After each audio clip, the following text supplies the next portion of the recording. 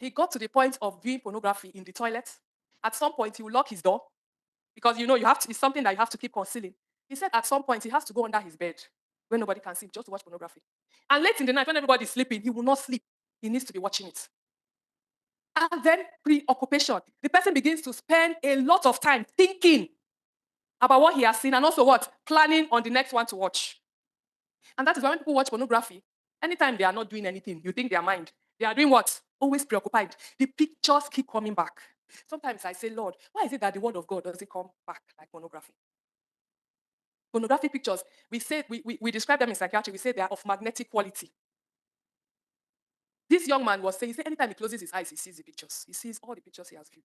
Anytime he's reading, the pictures come. They keep coming. Then what we fear about all addictions in psychiatry, we call it escalation. We call it tolerance. You know what is tolerance? I'll explain what tolerance is.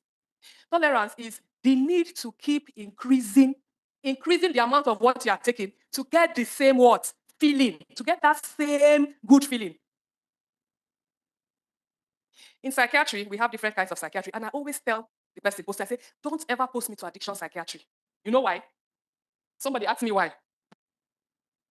That field of psychiatry, to me, humanly speaking, is a field where we are wasting our time. You know why? More than 90% of patients who get addicted never ever become anything. And you can never cure them. In psychiatry, we say it's a chronic relapsing condition. You keep fighting. You keep somebody in the hospital for 6 months. The day you release him, he's going where? Back. You do everything. They give you hope. And so much, you think, this person, you have settled it. Give the person 2 weeks, 3 weeks, is what? Back. And that is why we are saying to you, young people, don't even start. What did I say? I did not hear. I can't hear. Don't even start. Because you will fight battles the rest of your life. Don't even do what? Start. Don't even do what? Experiment. Evidence has shown. Evidence. I'm not talking to you of theory. I'm talking to you that research has been done. And it has shown that of all the things that people watch on the internet, which is the most addictive? Pornography. Evidence have also shown 85% of what you see, you'll never forget. You carry it throughout life, normally. However, for pornographic materials, more than 95% of pornographic materials will never leave a person's heart until the person dies. Quote me anywhere. And that is why sometimes when you see people, some things happen to them when they are 3 years and when they are 4 years. Do you know how they don't forget? And that is why when children are sexually abused in childhood, you think that they don't know what is happening. It manifests later. Because the brain has a way of keeping those images. And even when the person becomes a born again, it is a battle to what? You keep fighting those images until God actually helps you. When somebody enters into pornographic addiction, one, the person will eventually begin to spend more time. The person will eventually begin to look for more explicit content. How did human beings begin to sleep with dogs and horses and goats and cows? It's pornographic addiction. Because suddenly the person gets the normal things do not interest the person again. The person is looking for what? Higher things. And that is where the demonic attack enters that person.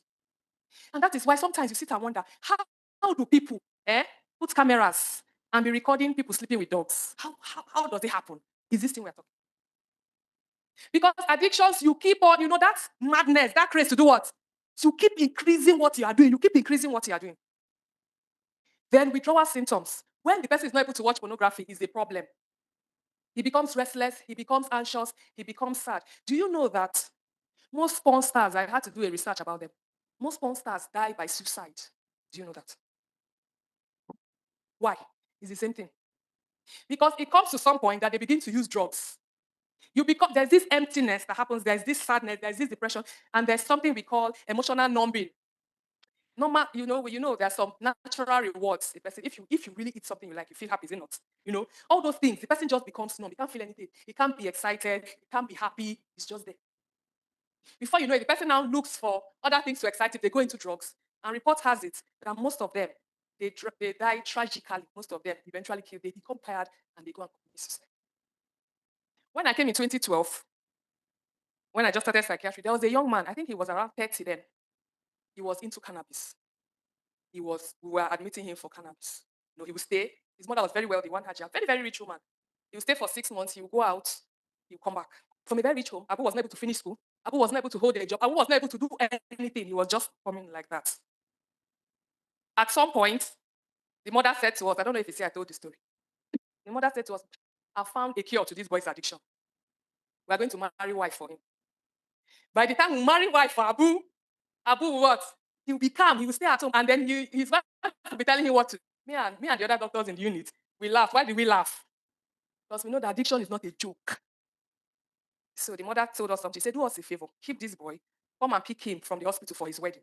We don't want any problem. He said, no problem. On the day of his wedding, they brought his clothes. White abada, babariga with car. We dressed up. If you see Abu that day, tall, dark, chubby young man. The boy was looking like a senator. They drove him out, everybody, straight to the wedding venue. And we didn't see Abu for like 2 months. And we're like, maybe the marriage worked. 2 months later, they bundled Abu back to psychiatric hospital. What happened? From the wedding reception, Abu took excuse. I want to go and ease myself. Abu walked out on all the wedding guests, his new wife, and went where? Straight to the jungle to go and smoke. The wedding did what? The wedding scattered. After some weeks of waiting for Abu, the wife did what? The wife went back to her family. As we speak now, I'm not even sure Abu is still alive. You know why? His mother, his only support, eventually died. That was the only person. Sometimes she will have to pick him from the streets. With his mother dead now, I'm not sure anybody. So I won't be surprised. I don't even know if he has died or he's on the road somewhere. The power of addiction.